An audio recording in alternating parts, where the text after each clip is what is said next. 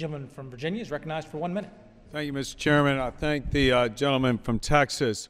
Mr. Chairman, I rise today to support the SEC Regulatory and Accountability Act of 2013. The American economy is hurting, and what we need is less government standing in the way of the private sector, not more.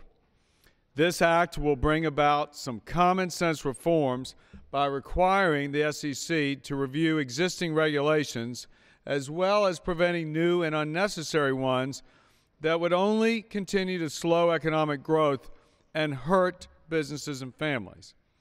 With job growth struggling and our already having experienced several years of high unemployment, we've got to make certain that we are doing what we can to ensure that it's easier, not harder, for businesses to hire again.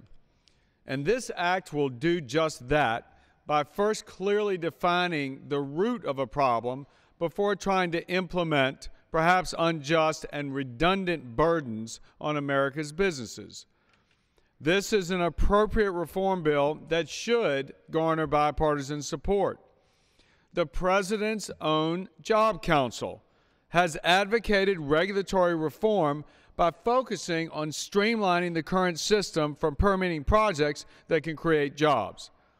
That Job Council understood that regulations involving the federal, state, and local level can lead to a tangled web of red tape and cause a bureaucratic nightmare.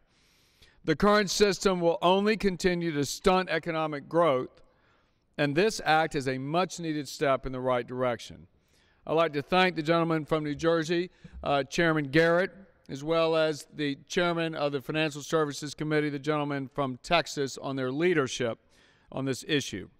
Mr. Chairman, I strongly support the passage of the bill, and I urge my colleagues in the House to do so as well. I yield back. The gentleman yields back. What purpose does the gentlelady from California seek? I yield to the gentleman from Georgia, Representative David Scott, 3 minutes. The gentleman from Georgia is recognized for 3 minutes. Thank you very much, and thank you, Ranking Member Waters, for yielding. And ladies and gentlemen, I rise today to join my colleagues in strong opposition to H.R. 1062, the SEC Regulatory Accountability Act. Unfortunately, what we have before us today is nothing more than a thinly veiled attempt at paralyzing an agency under the guise of an otherwise worthy activity, which is cost-benefit analysis. Cost-benefit analysis is a good thing to do, but not under the terms of this bill. Mr. Chairman, I don't think there's anybody in this body who's opposed to an honest, open, balanced, thorough, and truly objective cost-benefit analysis in the rulemaking process.